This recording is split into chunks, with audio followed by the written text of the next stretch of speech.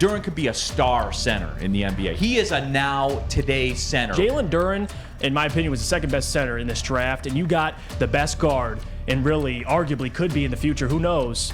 If not the best, but the second best center in this draft class. So props to Troy Weaver, man. The athleticism of this team, looking at it from a year ago to now, it's 180. But back to Jalen Duren. Yes. How you feeling about him, Neil? Yeah, I mean, obviously intrigued.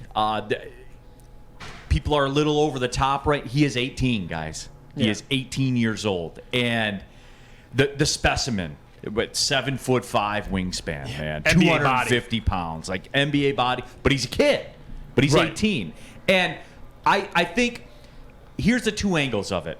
Number one, you have to give him a lot of credit playing at Memphis, which was an absolute circus last year. An absolute circus. Now, he was up. When he was up, he was dominant in basketball game. Memphis was the one team, like working in college basketball, you don't get to watch a ton of games because you're doing your own game or you're traveling or whatever. I did watch Memphis whenever I got a chance because I was sucked in by the show. And when he was in there, and he was dominant in games. And then he had games where, he kind of, I don't want to say he checked out, but it's the nature of being 18 years old and playing college Division I basketball.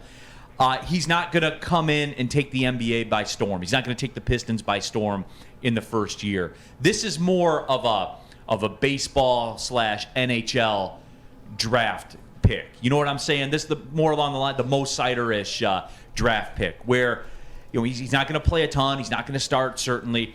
But what does everybody always say about the NBA draft? You're drafting on ceiling. You're drafting on projection. Especially at that area, right? 13. Bingo. That's all you should draft. You're on. stepping up to the crap table and shake them up, shake them up, shake them up, shake them. Like that's throw them in a circle of homies and watch me break them. Like that's what you're doing. 7-11. And you're trying to roll a 7-11, maybe back even back to a little Joe. What are you trying to do out here? Then I'm yelling domino. Yeah.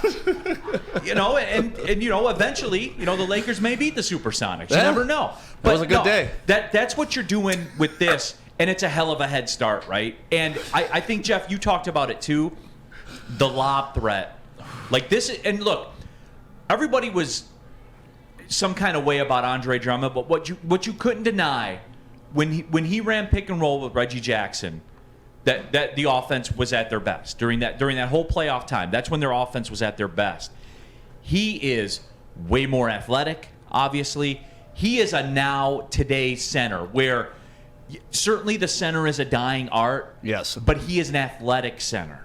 He's a guy that is going to be involved in the pick and roll, that can get up and down the floor. He's not a stiff out there. So, it's exciting because of that ceiling. Like, you want to talk about guys that, if they reach their ceiling, could be a star. Like, Duren could be a star center in the NBA if he reaches the ceiling. Yeah, well, Larry Brown, you mentioned coached him at Memphis, and he had great things to say about him. And one of the things said, this guy can run with anybody. He's like Ben Wallace, and not his defensive prowess. I'm just talking running the floor. And, we talked about it with a guy like Cade, with a guy like Ivy that's going to get out in the open court. Now you have two lob options with Bagley and our newfound Jalen, and I think it's phenomenal that we're getting more athletic. Because you look at the Warriors. How do they get a lot of their possessions?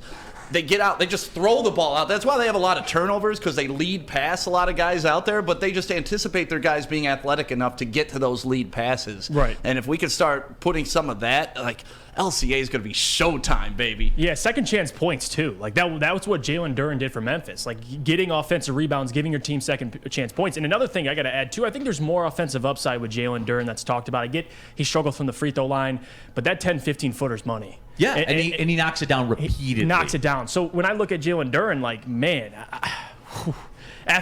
you brought it up. The athleticism of this team, looking at it from a year ago to 180. now, it's 180. And that's the thing, too, with Ivy, and I talk about the transition, because as you brought up, Stick, Golden State, they pop those runs on you, those 14-2 runs in a minute and a half. And how do you do that? You do that through transition. Correct. And this is where Ivy fits in, too, where you see, again, you see what Troy Weaver's doing here. like we said, chestnut checkers, right? When it comes to Troy Weaver. And then, when you're talking about Jalen Brown, you mentioned it earlier. Dude doesn't turn 19 till November. He's going to put on a Piston uniform at 18 years old. It's crazy. He's going to be playing in the NBA at 18. So the upside is there. Just to go over some of his stats, 12 points, 8 rebounds, 2 blocks, 1.3 assists, 60% from the floor when he's shooting. His best game, he had a 21-20 game against UCF in the ACC tournament. And then the 7'5" wingspan, 7.5-foot wingspan. Jesus. That's insane. Yeah. That's insane, man. Like, he can literally touch you from here. And just to have that athleticism, you saw, I don't know if you guys saw the highlight of him, like, monkey blocking a shot like that. And it's just crazy how he smacked it down like that. Yeah. I love that. I can't wait to see that on the floor. He's a specimen. And people, if you haven't watched it already, go back and watch Jalen Duren against Chet Holmgren. Like they went at it, and he went number 2 overall. Like, Jalen Duren, in my opinion, was the second best center in this draft, and you got the best guard, and really, arguably, could be in the future. Who knows? If not the best, but the second best center in this draft class. So props to Troy Weaver, man.